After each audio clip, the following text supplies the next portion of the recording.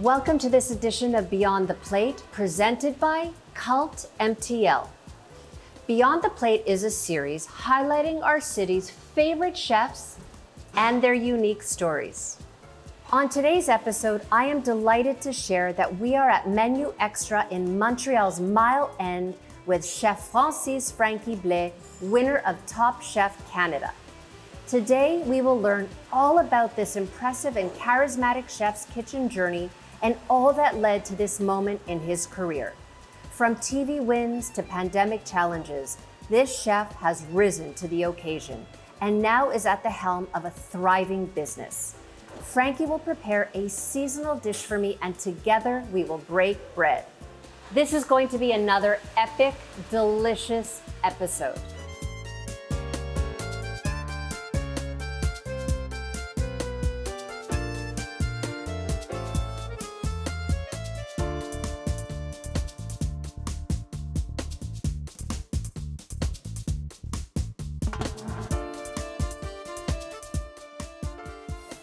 Chef, what is your favorite thing about yourself? Wow! What kind of question is that? Oh my God. It's my perseverance. When I've got something in mind, there's nothing to stop me.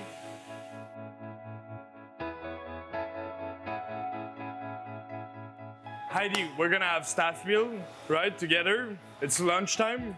Let's go! We're gonna eat some pasta, some stuffed agnolotti with Louis d'Or from la fromagerie du Presbytère in a really good caramelized corn sauce. The corn is from Le Roi du Maïs at Jean Talon Market. Anthony Bourdain famously talks about how he had his first slurp of that oyster and he tasted his future. He knew that's what he wanted to do for the rest of his life. Did you have a moment like that?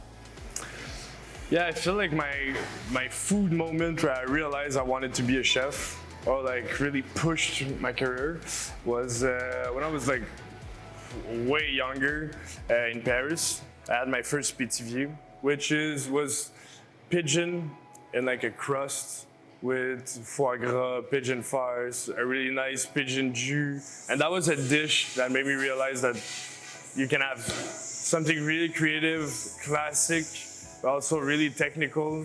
That really made me fell in love with the industry.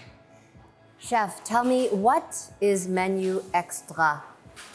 So Menu Extra was founded by me and 3 other friends 4 years ago. So we really specialize in gastronomical experiences. So we provide meals, about 8 to 10 courses with wine pairings and the whole setup that goes around it too. Really pristine service, but also artistic directors that really builds the whole setup around your event.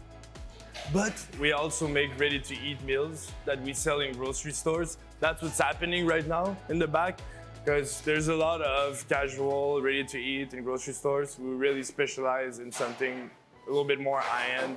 Good food prepared by chef with good ingredients at home. Chef, tell me your motivation and drive behind Top Chef Canada. That's a really funny story, because I got casted by the crew. I was head chef at Mousseau at that time, but I wasn't interested. I called my girlfriend at that time, her name was Camille. She was like, "You calling them right away to tell them that you would love to go on the show? You're dumb." Okay? So I'm like, "Yes, chef." Well, we all know that what happened. I won, which actually it changed my life. What made you separate from the pack? What did those chefs not have that you had? I did something that nobody else did on the show.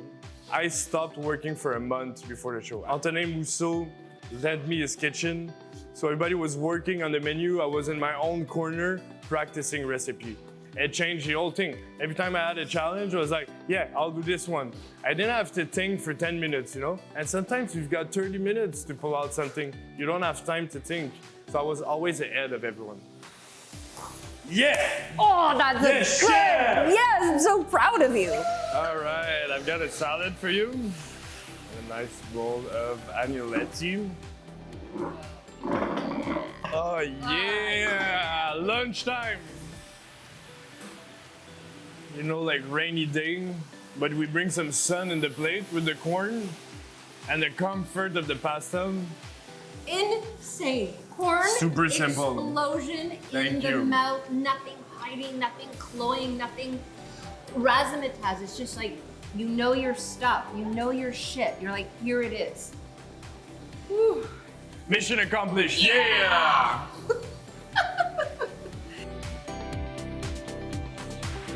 So Chef, describe to me what I can expect this Sunday. Sunday is a block party. We're collaborating with Robin, which is a great guy. So we're doing a block party at Menu Extra with food, which is gonna be shrimp rolls with corn. We'll have some drinks. There's gonna be our friends from Cidre Intrus that does natural ciders, that's gonna give some ciders to our clients. Loud music, really good for family time, big party. I'm really looking forward. It feels like you've solved the mystery in a way. You've kind of taken the best of each world of a chef and brought it together so that, like you're saying, you're not getting drained, you're not getting frustrated. You actually found a way to keep all of that going. That kind of came with the pandemic too. Me and my ex-girlfriend were thinking about having a kid. She was like, how could you do that? You know, when I was working at Bousseau, I was leaving really, really late, always the first one in, last one out. Pandemic hits, we started that business model that we did for 2.5 years. I was home at 5 every night. We had a baby. We were both, all the family together all the time. It changed my perspective, certainly changed my perspective on work. I love that. I love that. That makes me very happy to hear that. That correction in the industry, bringing those types of working, crazed chefs to a place where they can have the balance and have a life. I was kind of scared actually to lose my edge with that business model and not lose also the interest people had in my food. I'm still working a lot in the kitchen. You know, we're testing recipe every week. It would be easy to sit back. We've got so many recipes. We could do them for the next 10 years. We could sit on those recipes.